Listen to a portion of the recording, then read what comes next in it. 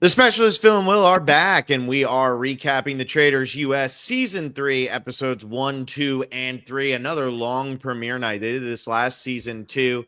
And then after this, it just becomes one episode per week, which I will be happy with. 12:10 a.m. start time on a Thursday when you got to get up at I don't even have to get up that early, but 8 a.m. It just sucks. I love the Traitors. That was a great 3 episodes, fun start. I like that. But man, I'm looking at the clock. I'm like, that's the start time, huh? Not the end time. So pumped we got 3 episodes.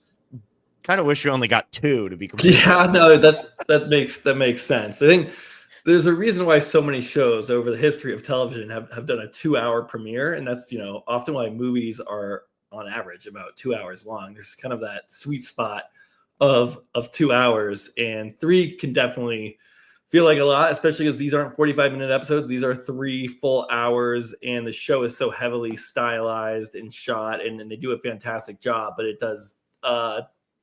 Hey, I enjoyed it. I'm really happy this show's back. I don't want to start off on a negative note because we did get 3 very good episodes of this show, and it does feel, Phil, that this show has listened to not us per se, but like the community or taking feedback on how to make the format better, how to make the challenges more important. They've already addressed fixing the end, which I didn't even expect them to do this early. So I think we are off to a very hot and a very positive start.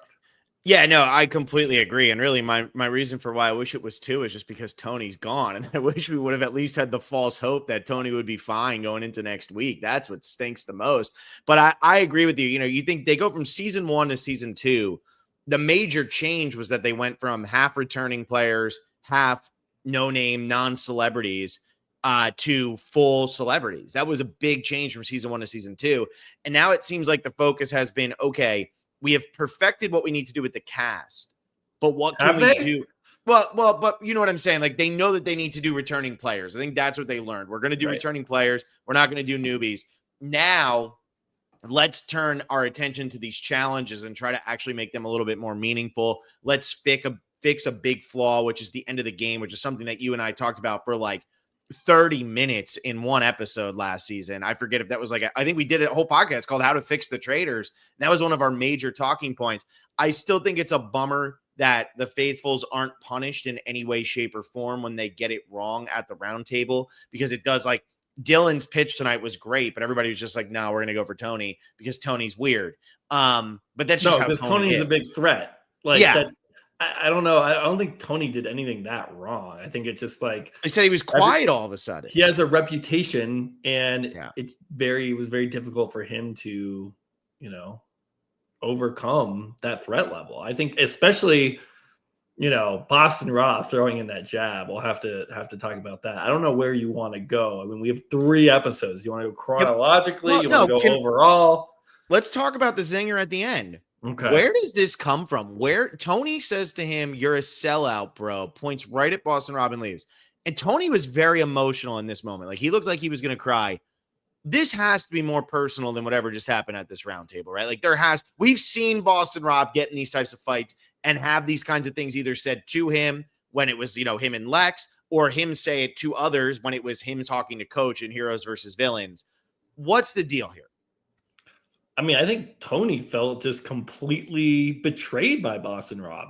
And yeah, he was. I mean, let's look at this, how it is. It's not like Lex and Boston Rob, who are on a tribe together and were friends before the season, and now they're playing a game where they need to look out for each other. And that's not the case here. Boston Rob is a traitor. Tony is a faithful. Boston Rob wants Tony to get murdered or banished. That's his goal.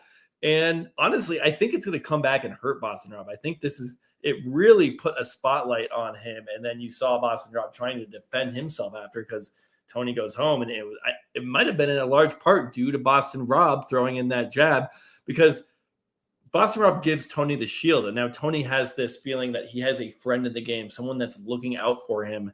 And then for that person to just throw you under the bus and potentially be a big reason why you go home, yeah, I'd be pissed too. I mean, I understand why Tony was so upset. Tony really wanted to be there. He really wanted to play. I don't know if he ever had a shot of making that long of a run. I'm disappointed that he's out. But yeah, I'd be mad. But I think once Tony sees that Boston Rob's a traitor, he'll go like, oh, got it. Makes sense. Like, I think that's will be the extent of it. Yeah, that's why I was just wondering, like, obviously they were on Winners at War together. I honestly forget how the tribe shook out in Winners at War. I know Jeremy and Boston Rob were on the same tribe at some points. I forget if Tony was, but like, it just felt like that statement was personal. And I understand that, like, Tony's an emotional player. I was saying to my wife while we were watching the first episode, I said, it's going to be interesting to see Tony do these challenges that are like fake time based when Tony is like just such a go guy. Like, can he turn it off? Is he the uncle who plays touch football with you and your friends? And he's counting to 10 when you're playing 10-second, whatever. Is he counting to 10 so fast that there's not even a gap in between 1, 2, 3, 4, And it seemed like that's what he was doing, right? He was going really hard at the challenges, and people were trying to look at him as, oh, he wants like the big burly guys, whatever. I mean, look, that thing's not going to work with Tony because we've all seen Tony play before. We all know that Tony's not like some like chauvinistic guy. It's just funny to me that when he said that, he said it's so directed at Boston Rob, and to use the term sellout, it just felt more personal than what took place in the house. And maybe I'm wrong, but that's just no, but like. I'm sure Boston Rob and Tony have a relationship as being, two figureheads of Survivor. I mean, whenever you mention the Survivor Mount Rushmore, it's Boston Rob, Tony, Parv, and Sandra. Like it's like a pretty agreed upon top four. And so those guys know each other.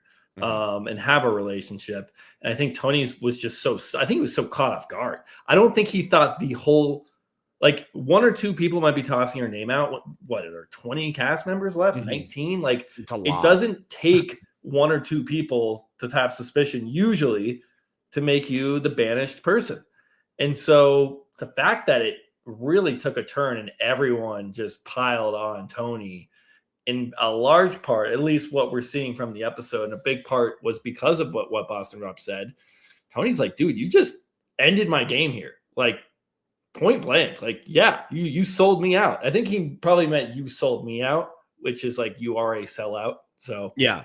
Because when you say you are a sellout, like, that's where I'm like, is he like calling out Boston Rob as a person here? Because obviously, like, Boston Rob's career now is reality TV personality. Like, he did Deal or No Deal Island. He now does the Deal or No Deal Island after show. He's now on the Traitors. Like, we know the deal with Boston Rob at this point. We know he's going to be on everything. So that's where I was like, did it come from there?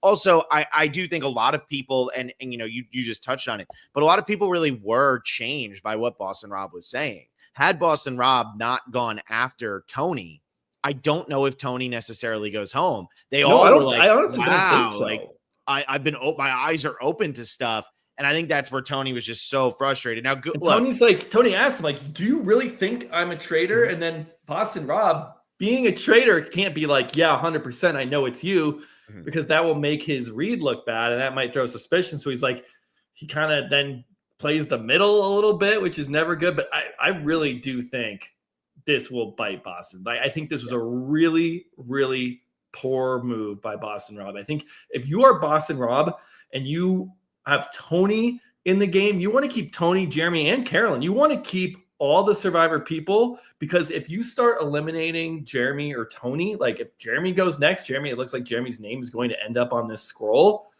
and you have two Survivor players that have gone out that haven't been traitors, people are going to be like, well, there's 4 Survivor players here. At least one of them has to be a traitor. Is it more likely Carolyn or Boston Rob?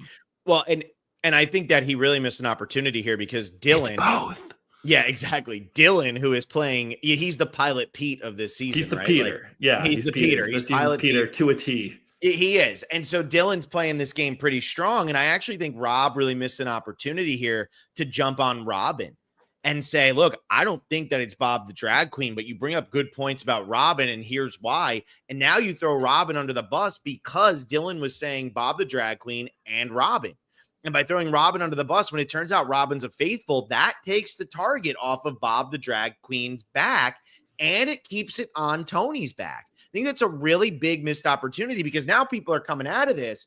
Bob the drag queen is tremendous TV. I didn't know who he was before this moment. Blake loves him. He's already in here with Bob in the heart. But my thing is, that's for Bob H, right? That's for Bob H for sure. But when I see Bob the drag queen come out of this, no way anybody's sitting there going, oh yeah, like he's totally in the clear. He's still, he's the number one. Public enemy number one is Bob the drag queen coming out of this. Yeah, and I don't know. I mean, Rob did have one confessional about it where he says, I want to keep my traitors here for now. But he did say he's not thrilled with this crop of traitors that he was dealt to come in and assist, because Bob and Danielle, both pretty messy traitors to start. Mm-hmm. But Phil, I will say this, I'll use your term, not for nothing. Like, why did Dan get so much heat last season for staying absolutely quiet? So, and we've talked about this, it's damned if you do, damned if you don't. You can't not throw a name out. You can't not be vocal, or else that will raise a red flag. But if you're the person leading the round table and your name is coming up and you're being super vocal, that's not good either.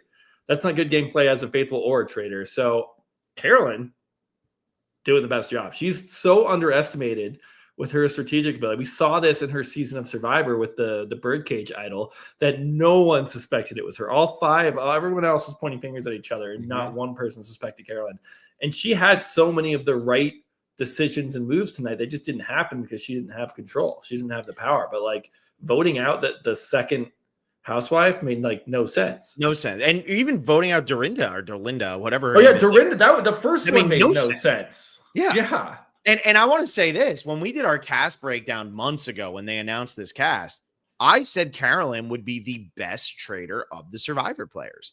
And I truly think she is, because she is so chaotic all the time. Carolyn can't turn it on and turn it off. Carolyn is just Carolyn all the time.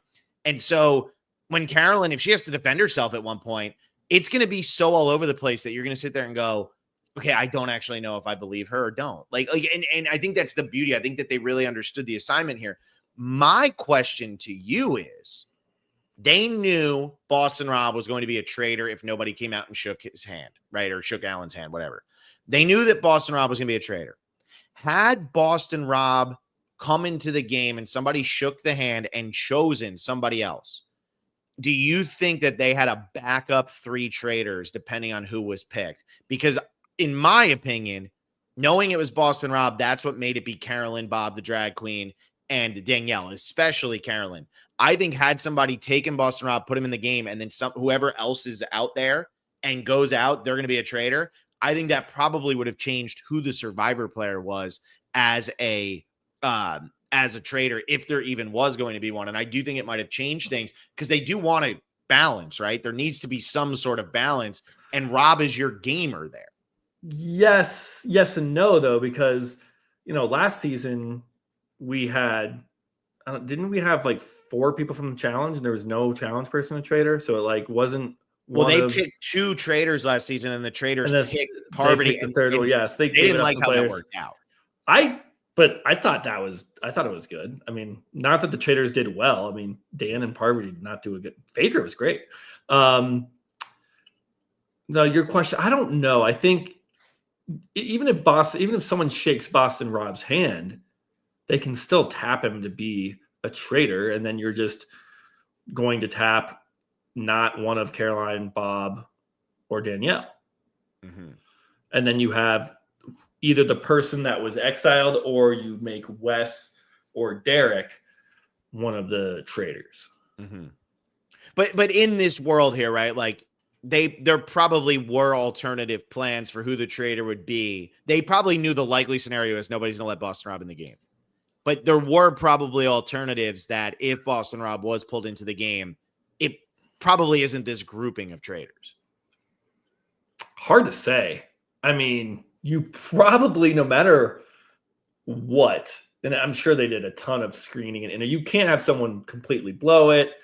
You want someone to play. You want some gamers. And I mean, Danielle's a Big Brother player, so they already have their gamer representation there. Mm-hmm. So I think they probably picked who they liked. And a lot of it has to do with TV personnel. Like Caroline being a traitor is fantastic. Perfect. Like, this is going to be great TV.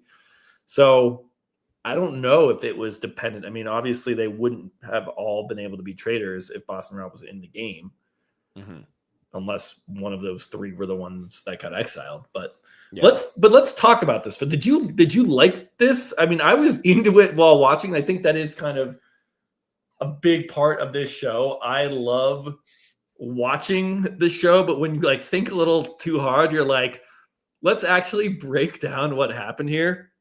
They have 3 people that are just don't walk up with the other cast. Yeah. Right. For whatever reason. Like Yeah. they're just put in cages. Like we don't really know. They have all these followers, which I think they're called. I don't know if those people ever had names until the night, but those are called the followers, the masked men. And then one of them stays behind.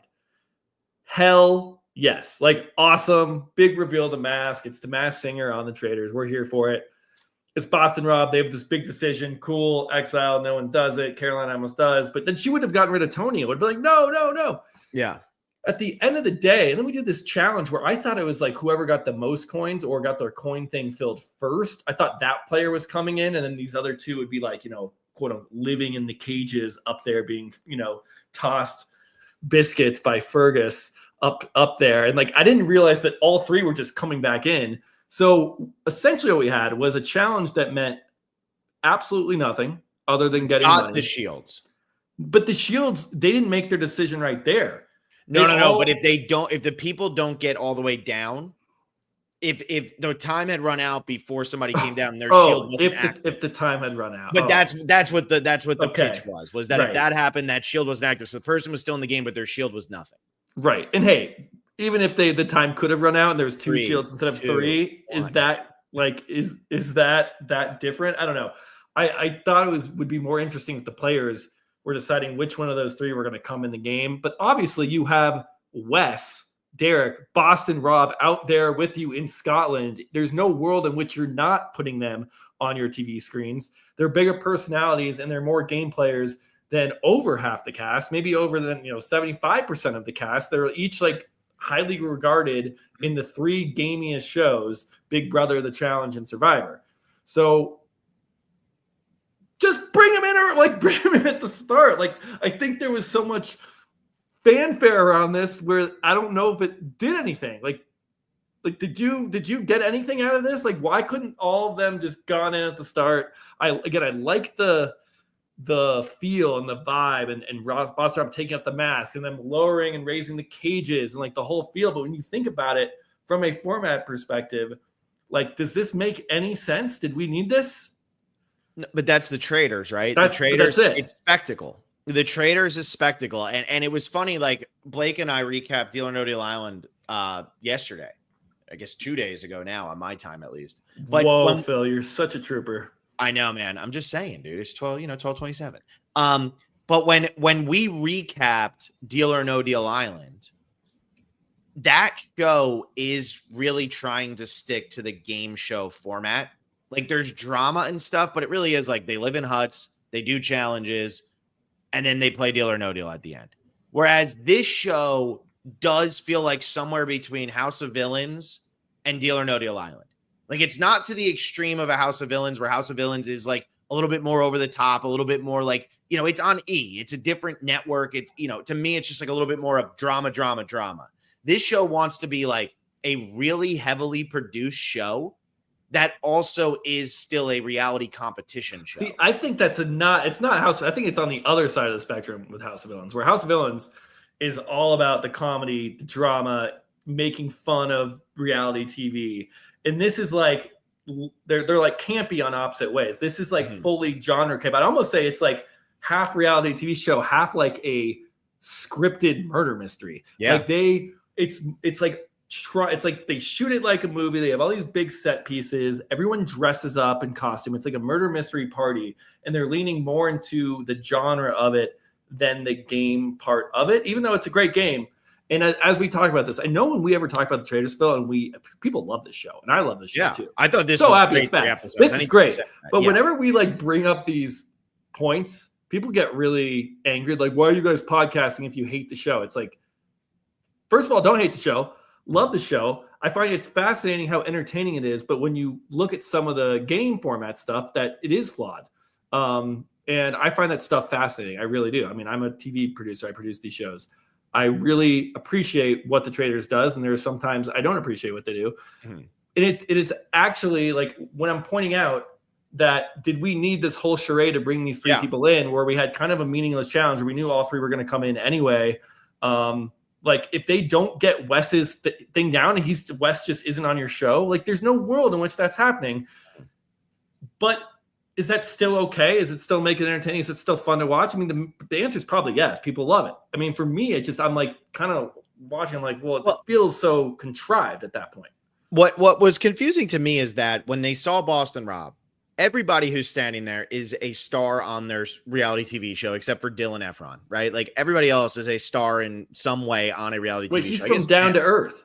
Yeah, whatever that is, right? I had no idea what that was. He was just telling me he is down to That's earth. what I thought at first. I was like, they're just telling us he's a good dude. Dylan's just a down to earth dude. He's chill. No. Yeah, okay. Yeah, they didn't even mention that he was Zac Efron's brother. Yeah. I forgot about that. So my thing is, when you see Boston Rob standing there, you know that they did not fly Boston Rob, who just made NBC, was a star of the NBC show last year, Dealer No Deal Island, season 1 of that show. There's no way they flew him out. The same network, the same company, flew him out to Scotland and said, "Sucks, Boston Rob. You're out, buddy." Like, you knew that he was going to be in this in some way. So I'd almost rather take the chance, put Boston Rob in the game, and send somebody who's an unknown, a housewife, whatever, that I don't even know who they are, and send them packing, because at least you know the information about Boston Rob now. Like, you have to be assuming that whoever is leaving is going to be in the game. So if that's the case, in my opinion, keep Rob close and send somebody else out into the woods or wherever they're going to go, because you might be giving this person power. Now, maybe I'm overthinking this, but you might be giving them power. And if you do give them power, I don't want to give Boston Rob power. I'd rather give anybody else out there more power than Boston Rob. Yeah, but you doing that to any contestant. I don't care if you are a Bravo selling Sunset housewife person, because Phil, that's not our steez, but like, people love that. And you have fans tuning in from that franchise, and their person's up there and they get sent home. They don't get picked and they actually go home. Like, you can't do that to anybody that you bring out there. Yeah. Unless was the Dr. Will challenge guest appearance last season when he was literally flown out for one day and sent home. Was that a cover up so that they could do this and fool the players? Like, I guess if they flew Dr. Will out for one day, they can fly Boston Rob out for one day. Yeah. It's just a big cover up.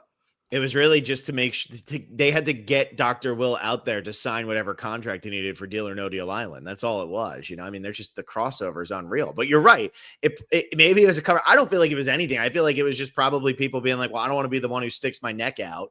Even though at that point, nobody knows who's a traitor and who's not a traitor. So there's literally nothing that can be done to you, right? But yeah, you don't want to stick your neck out, though. Like, you just don't want to cause unnecessary attention. Yeah.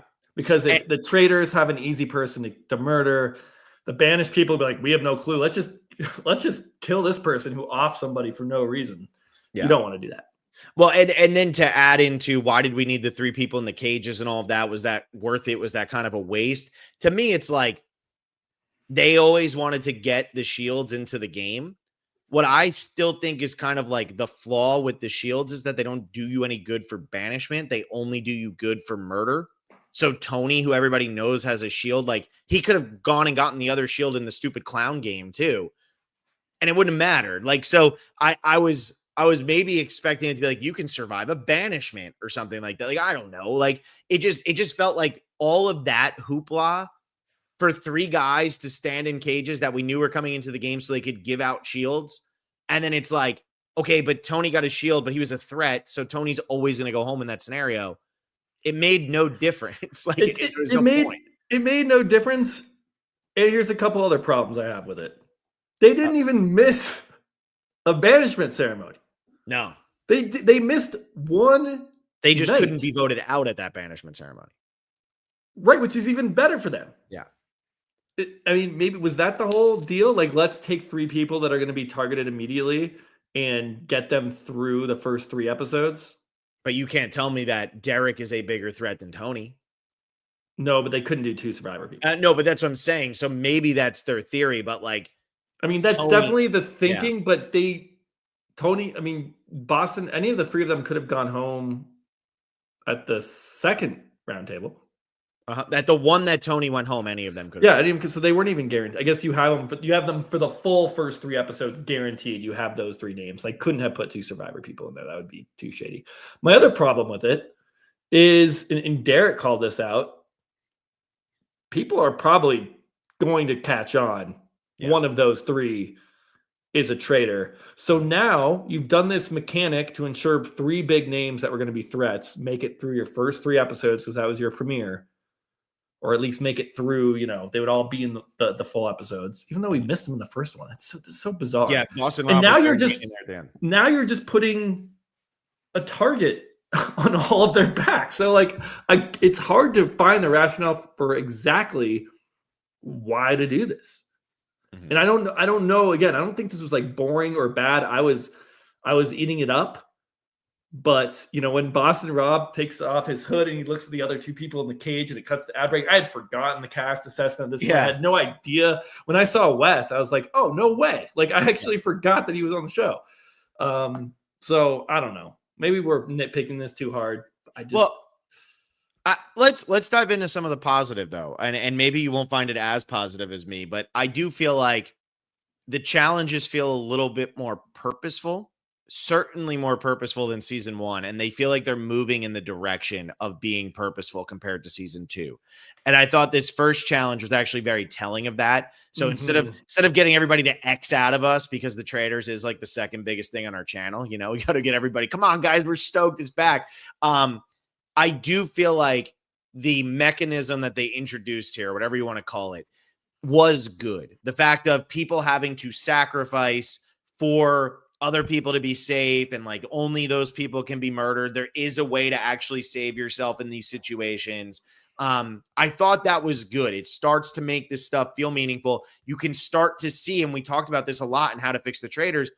Why would somebody step off so fast? Well, they probably feel pretty safe because they're a traitor. Now that gets other people thinking. So they're not trying to sabotage. Bob the drag queen, when he went off, the way that he did it, so dramatic, over the top, it's a way to take a target off his back. Him and Danielle are sitting on that pontoon being like, oh, this is ridiculous. I had everything. And then they're working together and they don't even realize it. I thought that was really good. And it feels like they're trying to make that more meaningful. We had it with the clown situation too.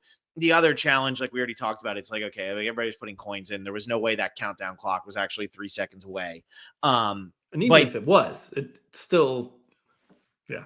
Go on. Yeah, but it just feels like they're moving in the right direction with the challenges of trying to figure out a way to make them meaningful, but not just make it a copycat of Survivor and Big Brother and all of that. They're trying to do something a little bit different, but they're understanding that when this is a large portion of your show, there needs to be a purpose for the people on the cast so that the audience will stay invested. Because even though it worked for the first 2 seasons and people loved the show, eventually people would start to turn and say, this is boring.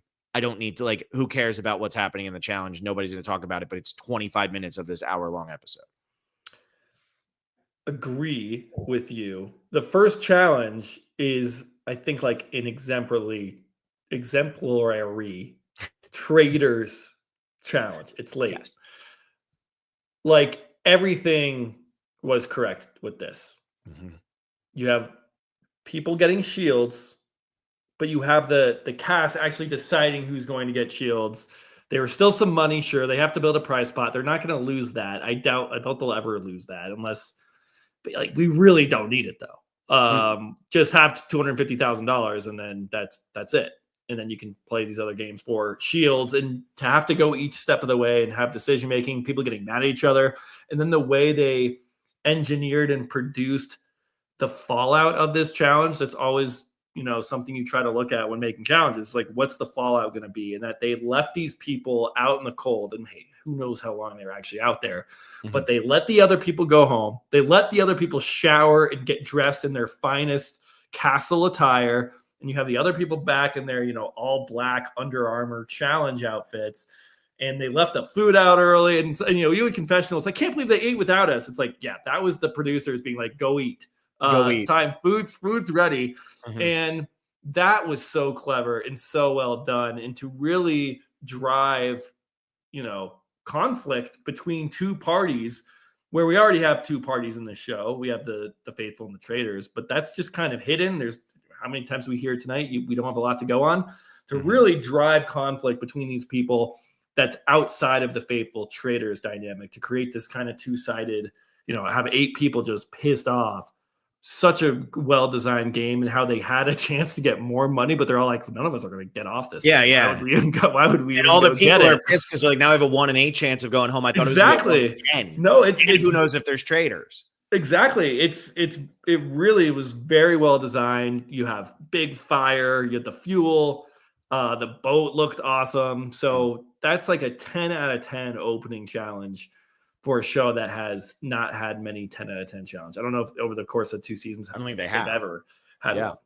I agree with maybe you. Maybe the challenge in season 2 where again, it feels like we talked about it, that they almost lucked into it, where people were able to find shields in secret and they weren't public. Was that like the maze one or something like that? I don't remember when, but it was when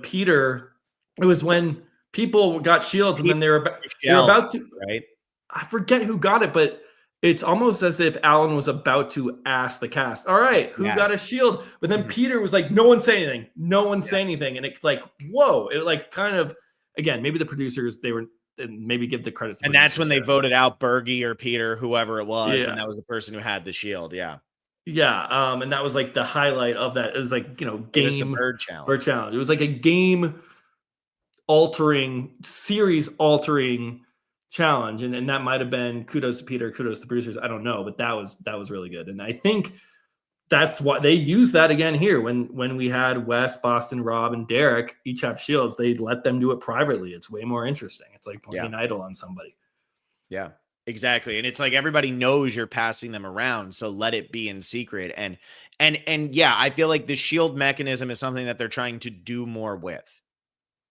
Oh. Yeah, well, I think they realized that was their highlights of last season were often due to where is the shield, who has a shield. And then they also are trying to add more meaning to the challenges. So let's make these challenges for, guess what? Immunity. Yeah. Whoa, crazy concept. And we did talk about this when we talked about Fix the Traitors, that when a new show comes about, so often we don't want to just be the next Survivor, or we don't want to do another Big Brother. Like, we want to differentiate ourselves. But now we're 3 seasons into this, and they are now one of the top reality shows. I think they won the Emmy, right, for the best reality competition show. I'm fairly certain, or was at least nominated. That they're at the top of the mountain here, and hey, they don't need to differentiate themselves anymore. They can just have straight up immunity challenge, and no one's going to say, "Oh, you're just another carbon copy." It's like the show does so many other things different. It's okay to have these challenges be for safety. It adds. That's why so many shows do it that way, because it works. Well, exactly. And that's where in the third challenge tonight, when it was the clown thing, they raised no money. Nobody ended up getting through to get a shield. I wish that challenge would have still been in some way for safety from banishment, because really at the end of the day, like I said, Tony could have went last. Tony could have gotten a shield. Tony could be sitting there with 2 shields. Tony still goes home because there's nothing you can do to stop yourself from banishment. Maybe they don't want people to be allowed to save themselves from banishment, because that's really the great equalizer of getting a traitor out of the game, because it is hard to find a traitor. But to me, it's like there was nothing Tony could do tonight to make it through episode number 3. Like, Tony would have had to been like, hey, I'm not feeling good. I'm not going to come to the round table tonight. And that's the only way he is still sitting there in episode number 4. And that was something with how that challenge went. I was like, nothing really happened. Nobody got to go through a second time, which I thought was weird. And it was just like, okay. It was okay. It was a big to-do for nothing. Can we talk about this challenge now? Because we praised the first one, 10 out of 10. Yeah. Second one, we like the cages. I like the banter back and forth with the 3 dudes in the cages and whatever. I did like when Bob said that Boston Rob's hat was just like whatever, fashion suicide or something like that. Like, I thought that was great, because Boston Rob, he said that in a confessional after the whole handshake thing. But then he told him to his face. That was good. He said, we don't need to be wearing backwards hat with blazers. And Will, I mean, if you would put a blazer on and look good for this podcast, you get the backwards hat every time. I've never done backwards hat and blazer, I don't think. If I have a blazer, I usually have my hair combed in a nice looking way. So, no, this third challenge, I love so much about this challenge, but then hate so much about this Yeah. challenge. Or I hate one major aspect of this challenge. Clearly, they were told you can't just say 1, 2, 3, 4. Like, I know. That's what we were saying too. It's like they're describing the doors, and it's like, just say we were and trying like the one all the way on the left. in the first round, it's Tony and it's some selling sunset person who Chriselle, yeah. I don't know. And I'm like, Tony's all over the place. Maybe he's just trying to describe the doors. I'm like, Tony's a smart guy, but maybe he's and then once Boston Rob and Wes get in there and they start describing the door instead of saying it's the door on the left. It's like, damn, they just told them straight up they have to use what's on the door. Mm-hmm. And that's just like lame. At least convey that to us as an audience and say, Alan can say, but there's a wrinkle. If you describe the position of the door, you will lose your vote. Phil, lose your vote. I shouldn't say it. Yeah, don't say that. I'm I about know to you're throw my computer. I know you hate lost votes, but like there should have been a rule and a punishment for it, because then the whole thing feels like anyone with a brain is like, can you just say it's the second door from the left, please? Yeah. Like, please. And if they really wanted to not, to get around that rule, this would have been harder to build, but the show has a ton of money. You can see the production value. Oh, yeah. You start everybody in a circular room. They go through one door and then they're in level 1. And then you have concentric circles. And when you exit, the doors are all over. Then you can't do left, right, 1, 2, 3, 4, because you are exiting through into a circle and there's no start or finish. And it would look really cool from the sky. Like you'd get this circles are more expensive to build. They're harder to build, but that would have solved that problem completely. This challenge was pretty big, like very detailed. Now I understand, look, you can pop up a haunted house in a night. I've seen it happen before. No, there's a lot going on with this. But there's a lot going on with the doors. They hired the actors to do the clown thing. And now granted, those are just extras. You're not seeing it, but still, you hired somebody to do that. And you had all this theming attached to it, a lot of painting, a lot of all of that. Like this was a big to do. And then everybody just walked through once. And like we watched, like, I think the other thing that annoyed me is there actually wasn't a rhyme or reason to what the doors were.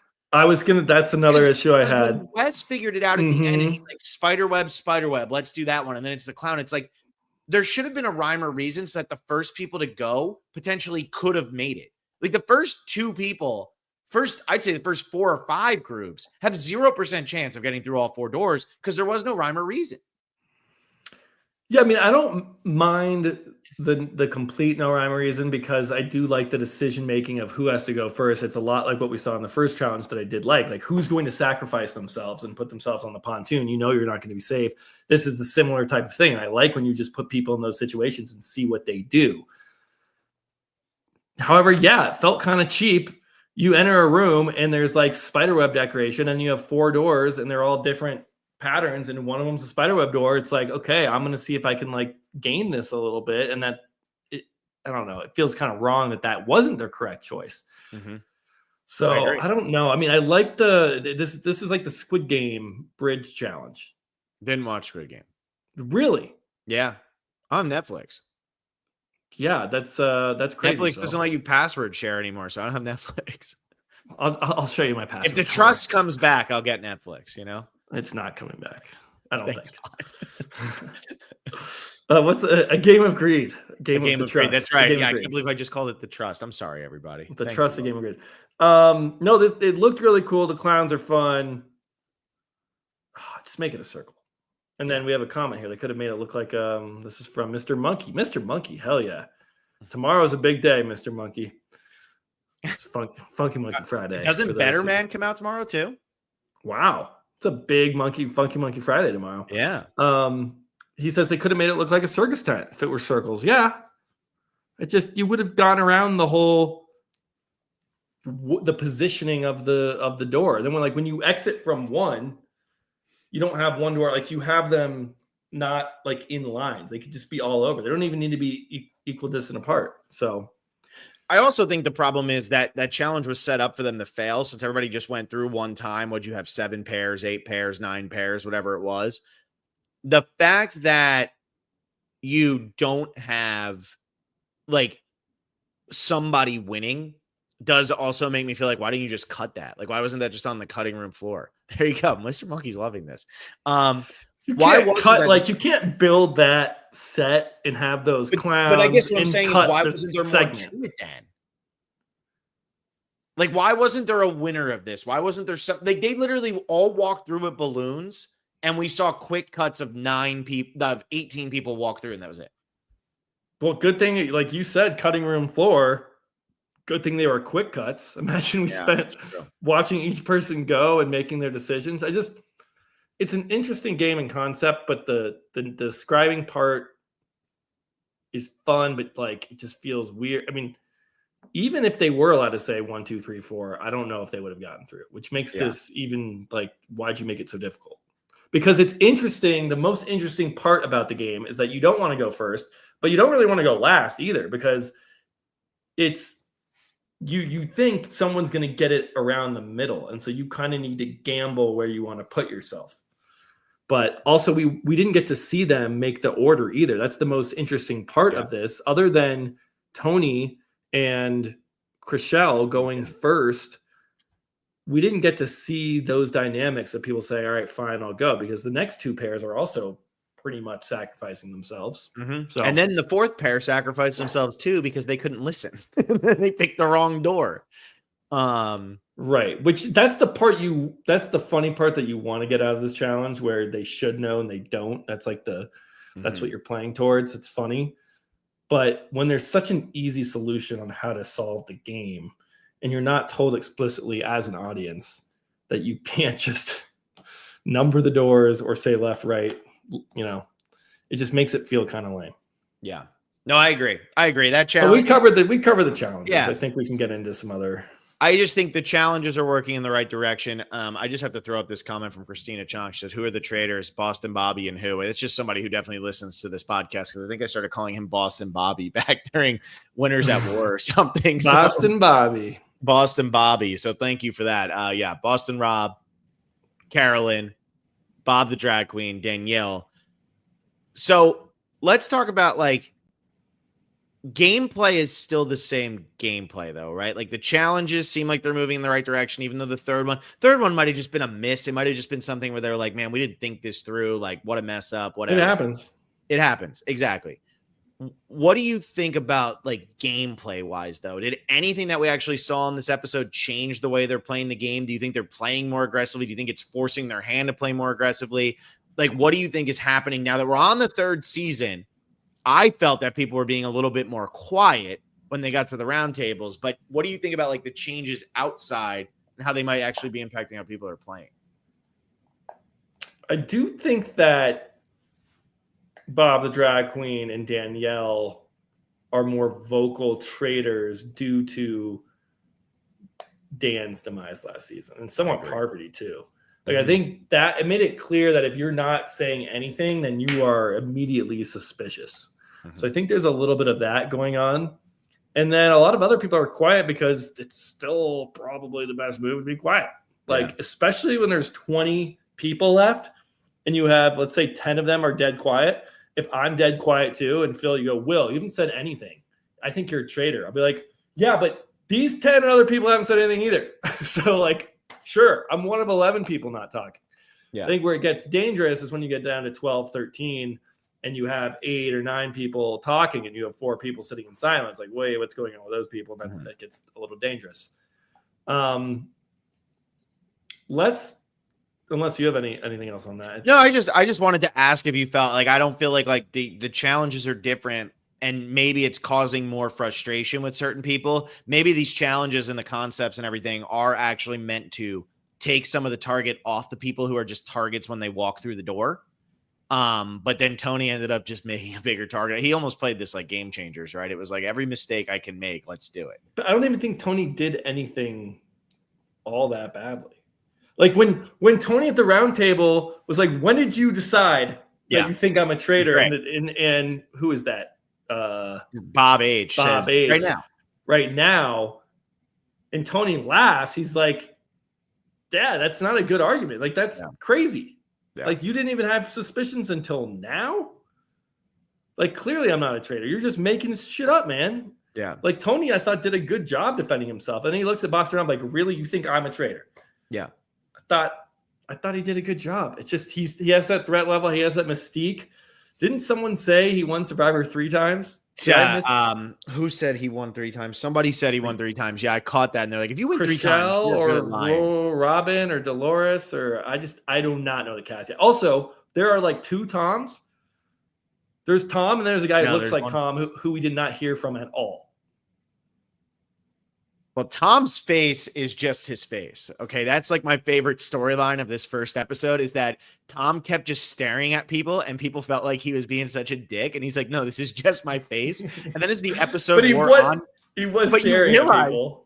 You realize though, as the episode wore on, like even when he wasn't staring at people and the camera would just catch him like looking at nothing, that really was just his face. Like his face is just stuck in like this resting dick face. Like I don't even call it bitch face. It's not right. Like he's just got something going on here. Sam. Yeah, Sam barely talked in this episode. Sam, the other Tom, this is Mr. Monkey helping us out. The other Tom is Sam, Britney Spears' ex. Okay. I was just lost because we barely heard from Sam. And then he looks so much like, and not that they're identical, but you do a double take. I'm like, wait, that's not Tom, because we've heard a lot from Tom. Who is this guy? And then there was Wells, who also looked pretty Wells kind of looked in that group too. And then you have Dylan, who kind of looks like Wells. I was like, these 4 guys all kind of look the same. And then you have the Housewives and the Selling Sunset and these other summer house. I'm like, I don't know these people at all. Was there, so you don't know these people at all, but who did stand out to you from everybody? Like obviously the traitors are going to stick out a little bit more. Like Bob the Drag Queen, Danielle, they really earned everything, but that's because they get so much more screen time. Was there anybody who wasn't a traitor that did stand out to you? Dylan, who we talked about. Yeah. We think he's Peter number 2. Wes, obviously I already knew. Like I haven't seen Derek at all, but he stands out because he was in a cage. So yeah. Let's talk through the decisions by the traitors. Okay. And see what we think. Yeah, because then we'll get to this question that was from Ryan 51, which is which traitor is getting caught first in your opinion. So let's talk through the decisions and then answer that question to end this thing. So what do you go to bed? No, I didn't even say that. You said that. You're the one who earlier said it's getting late. You actually said that like 15 minutes into the podcast. Well, for you. Really yeah. No, but you said it like as an offhand. And it's like and you couldn't say February. Exactly. And like watching 3 straight hours and then immediately and watching Notre Dame football, right? I mean, that was tough.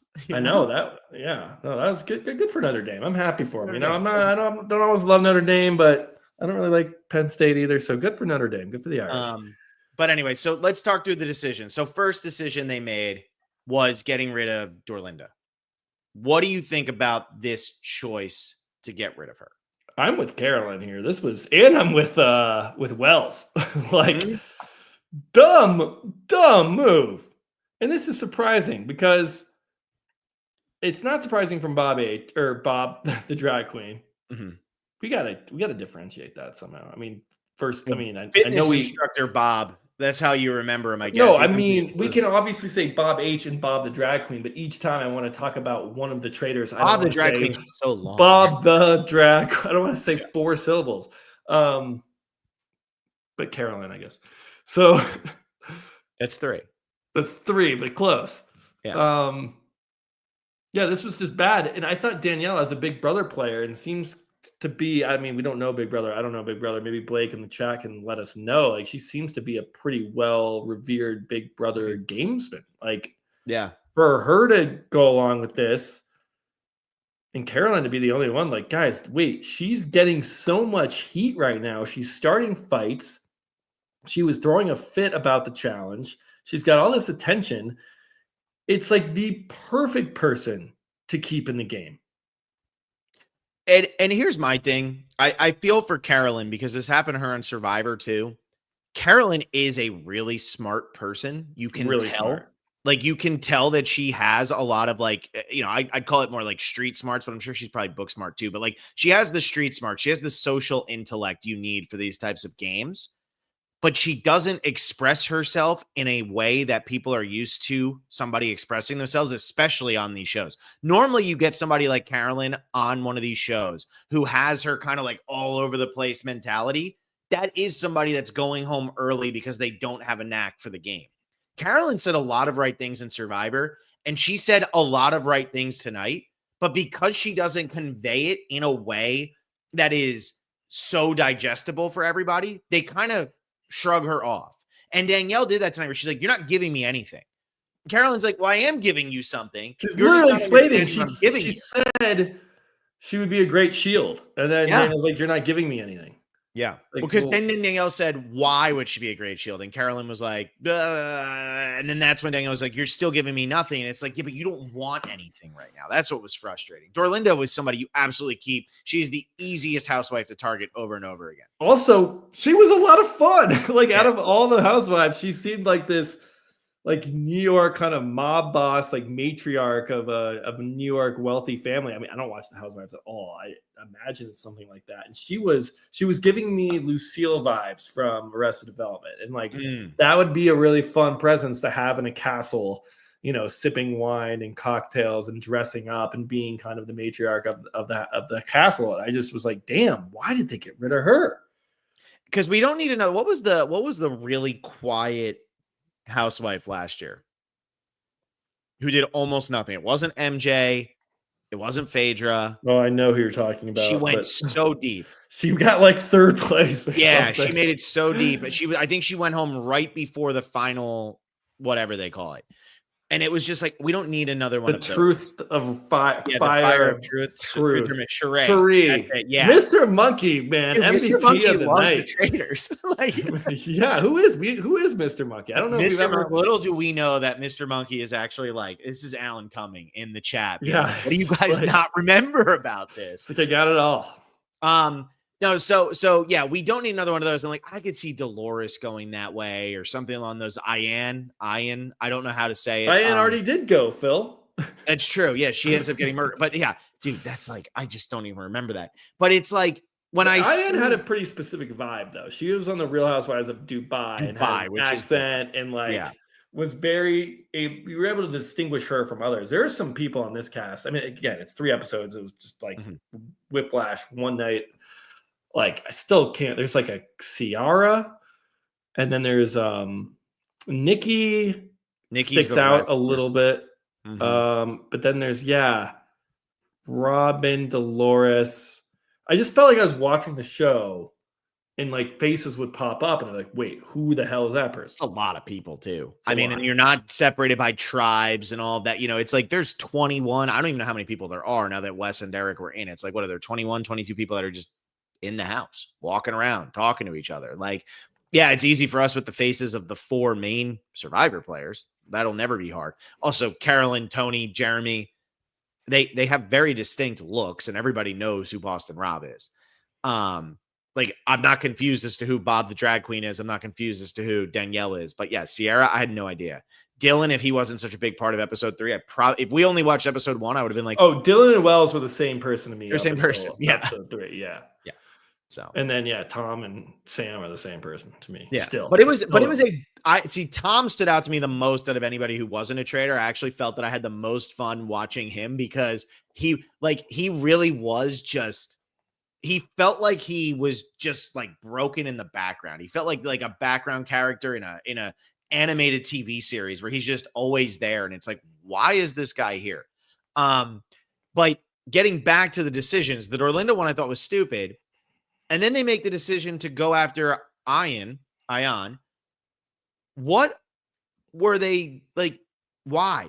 I don't get, like, that was a nothing burger, but then it's also like I just don't understand why. To me, this made like no sense to go after another housewife. And Jeremy was on to Bob the drag queen, and so is Dylan. Like, people are on. Bob the drag queen's gonna be the first one, I think, taken out of the traitors for sure. But why Ion? I don't know. I think once you take out a housewife and have the suspicion, and Danielle is saying it so hard, like with such conviction, we think it's one of the housewives. Well, then why would you go and murder another housewife? Because then there's one fewer left to be a target. So if we start with 4 housewives and you want to put heat on the 3 other housewives, if you kill another one, now there's only 2 with heat. And even if you get everyone to believe you, they kill both of them. And then guess what? You were wrong. Like, Yeah. you need, like, the more, if you're throwing suspicion onto one group of people, you want that group of people to be as large as possible. Yeah. Well, because it's like Wells said, it makes no sense that you got rid of the threat. Like, this literally makes no sense that you would get rid of Dorlinda. That was the first one where it's like you got rid of the threat, the obvious person that everybody voting out, like that everybody's going to go for. And then you get rid of Ion, who nobody was really looking at. But it's like, if you're going to make this move, okay, you get rid of her because you want to keep Dolores or Robin as a target. But everybody's like, Dolores and Robin will never get voted out of the like they'll never win the final ceremony of the Traitors. Those two already have lost just because of the housewives thing. So like, it just doesn't make sense to get rid of one of the housewives here. Like, and if there's no housewife killed, it's like, wait a second, like now they're looking out for each other, or now they're trying to switch it up. If you kill another one, it's like, okay, now it's probably not a housewife. Yeah, like, if we're being honest. I know. It was a mess. It was a mess. And then I felt that Bob the drag queen and Danielle started off really strong. And then, like, when Jeremy said, I don't buy Danielle's crying, I don't buy this, I don't buy that, it felt like maybe they started to just overplay way too much. And people were starting to pick up that this doesn't seem like the most sincere thing I've ever seen happen here. I think Danielle was great to start, and then she overdid it. It's like when she was on the raft during challenge 1, I think she sold it really well. She was crying. And then I think once one of those breakfasts, it's the one with Boston Rob when he was there. She shouldn't talk. Yeah, she was laying it on so thick. Yeah. So yeah, she could be the first to go. I think there is going to be some suspicion around her. Caroline's in the best spot, just like Phaedra was in the best spot last season. Great to see Jeremy back on our screen, huh? And he's doing so well. It's nice to see him take the reins again, because on Winners at War, he really didn't. He really took such a back seat on Winners at War. And it's nice to see him back in some sort of control position and playing a game that I think, look, he's great with Survivor, but you come into Winners at War, people have seen you play now enough. Like, it's good to see. This almost feels like him playing Second Chance again, where he is coming out and he knows that he has a threat level, but he can manage it because he doesn't have the biggest threat level, but he doesn't have the smallest, and he can just navigate it. And every read he has so far has been like correct. Including, I think, a very important read in that he said publicly at the roundtable, I know Tony. I was on a tribe with him, or I played Survivor with him. I don't think Tony's a traitor. I really don't. And he throws a vote at Tom and says, hey, this is a throwaway vote because I don't think it's Tony. Pretty much the whole table votes Tony. Tony goes into the circle of truth. I love all these names: the round table, the circle of truth, fire of truth, circle of truth. Tony's like, I'm faithful. That makes Jeremy look very reputable and very good, because you know, if you are a traitor and the room is gaining momentum towards voting a particular person, the traitors are just going to fall in line. They don't care who goes as long as it's not them, and they're just going to go with the group. So if you throw a vote elsewhere, like Jeremy did, and really take a stance, I really don't think it's Tony. I think you gain some points with the faithful. Even though Bob did the same thing. I think Bob threw a vote at Ivar just to be like, I didn't vote incorrectly. It seems like Bob had some good gamesmanship thoughts. Yes. This episode. Like, he was, for someone on Drag Race, not a show I watch. And look, I mean, it's not, I don't think it's, stereotypical to say, like, people on Drag Race probably aren't big of gamers and strategists as people from Survivor, The Challenge, Big Brother. He had a great totally screwed last season. Yeah. He had a great game sense, and that, like, he did play a little too hard and was a little bit loud for being a traitor, drawing a bit too much attention to himself. But in terms of, like, the things he was saying strategically at the round table and in conversations, felt very authentic to someone who would be playing as a faithful, trying to snuff out a traitor. Yeah. No, I agree with you. And it's a good point about him. It's a good point about Jeremy, especially with Jeremy, because, like, Jeremy pretty much did the opposite of what Boston Rob did. Boston Rob found an opportunity and jumped onto Tony's back and said, everybody, let's pile on Tony. And that's not good. because then Tony ends up being a faithful and Boston Rob looks really bad now. Jeremy did the exact opposite of that, where it was like, I'm going to take a stand, because Boston Rob played it exactly how a traitor would play it. Jeremy is thinking, so even if Jeremy was a traitor, he still would have played that better than anybody else did. And I think the thing is that Bob didn't do is, even though he threw the vote at Ivar, he didn't really make a pitch as to why, right? Like, so much of the pitch was still surrounding Tony and get off my back to Dylan and all of that stuff. So I do think that, like, Bob has to do more than just vote incorrectly. He's got to make a pitch because people are onto him right now. Right. I do think, though, I will give him credit that he didn't just fire back a vote at Dylan. And he even goes up to Dylan afterwards. Like, hey, dude, I don't even think you're a traitor. You're just barking up the wrong tree. Yeah. I think that's really well done, because so often we see when traitors are targeted, they go, well, you must be a traitor then. Yeah. And it's like, okay, are we just going to call each other traitors back and forth until we're both gone? Like, I like that he was saying, hey, I don't even think you're a traitor. Even though it didn't seem to work, Dylan seems to be all over it still. Yeah, Dylan's not going to stop voting for Bob. There's no way. Well, he said he's going to he doesn't have the ammo, which I think means he doesn't have the people. He doesn't have the votes.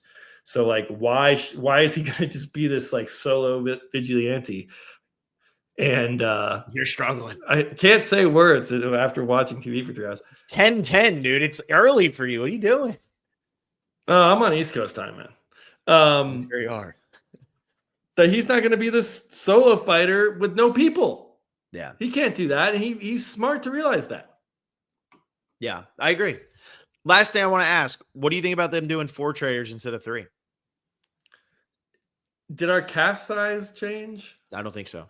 It doesn't feel that weird, right? No. I crossed my mind, but I was like, Now, do you think that if they get a traitor, they're going to bring another one back in? Or do you think they'll let it sit for a week? Because I think it's dependent on when and how many they lose. I think when we talked about how to fix the traitors, or like the issues with the traitors, like one of them is that it kind of sucks for the faithful that when you eliminate a traitor, that more often than not, one is just brought, like, picked out from the group and just brought onto the other team. And it doesn't even really benefit you. Like, if you know who a traitor is, you shouldn't banish them. You should actually keep them in the game so you can manage them later, and then vote out faithful so that you don't have to split the money with them. That's like the right strategy if you want the most money, if you're playing as a faithful. So if this, in a way, starting with 4 leads to no recruitments, then it probably makes it for a more fair and just game. However, recruitments are super entertaining. Like, it's great when someone gets recruited. It's great when, it's a new dynamic. It's fun. It's a good way to add energy and freshness to a season. So, I think that the jury's out. We'll have to see what this 4 traitors setup leads to if we like it. Yeah, and Mr. Monkey, this season has 23 with the late joiners. Season 2 had 21, and season 1 had 20. I think we'll still get recruitments. I just wonder if, like, it'll take getting 2 traitors before there's a recruitment. You know what I mean? Like, will they? I don't think they're going to keep it at 4 necessarily. Like, if Boston Rob were to go home in next episode, I don't think they immediately recruit. I think maybe they say, look, you guys lost one. Sucks. Which they should. Like, if you lose a team member, you shouldn't just get another team member. Yeah, especially this early. It's like, you shouldn't be that sloppy this early as a traitor. But also, if you're a traitor and there's 4 of you, I'm kind of like, I would already be like, Bob, dig your own grave, man. Yeah. Danielle, keep talking at breakfast. Because everybody's on to Danielle and Bob. Nobody's on to Carolina. Yeah, if Carolina and Boston Rob, I'm like, just keep going. Because, we lose one of you. Who cares? I'm still here. Yeah. It actually makes my vote of who we murder more impactful. I now have a 33% chance saying who goes home as opposed to only 25. Yeah. All right. I think that's it. I think we covered it. I think we did a good job. We are going to be on again next Thursday. Just one episode. So now it's just one episode every Thursday night. So we'll be doing that. More importantly, we'll be on Saturday morning at 11 a.m. Eastern, 8 a.m. Pacific. So now Will gets to get up nice and early. We're going to be talking with Mike. I get up early, that early anyway. That's what I'm saying. I've been on an East Coast schedule, so I am quite tired. There you go. Well, we're going to be talking with Mike Bloom doing a Survivor 50 tribe draft. So me, Will, and Bloom are all going to get our own tribes, and we're going to be duking it out for the players that we want. So tune in 11 a.m. Saturday for that. Always great to have Mike Bloom on. Haven't had him on in a while. I've never gotten a chance to talk to Mike Bloom. And You've never talked to Mike Bloom? No. That's crazy. Maybe, I don't know, because I was thinking maybe when I was dream teaming, if he did Survivor Press, but I think that was like before he did. I don't think he was doing that yet. I think I would just see Wiggler out there.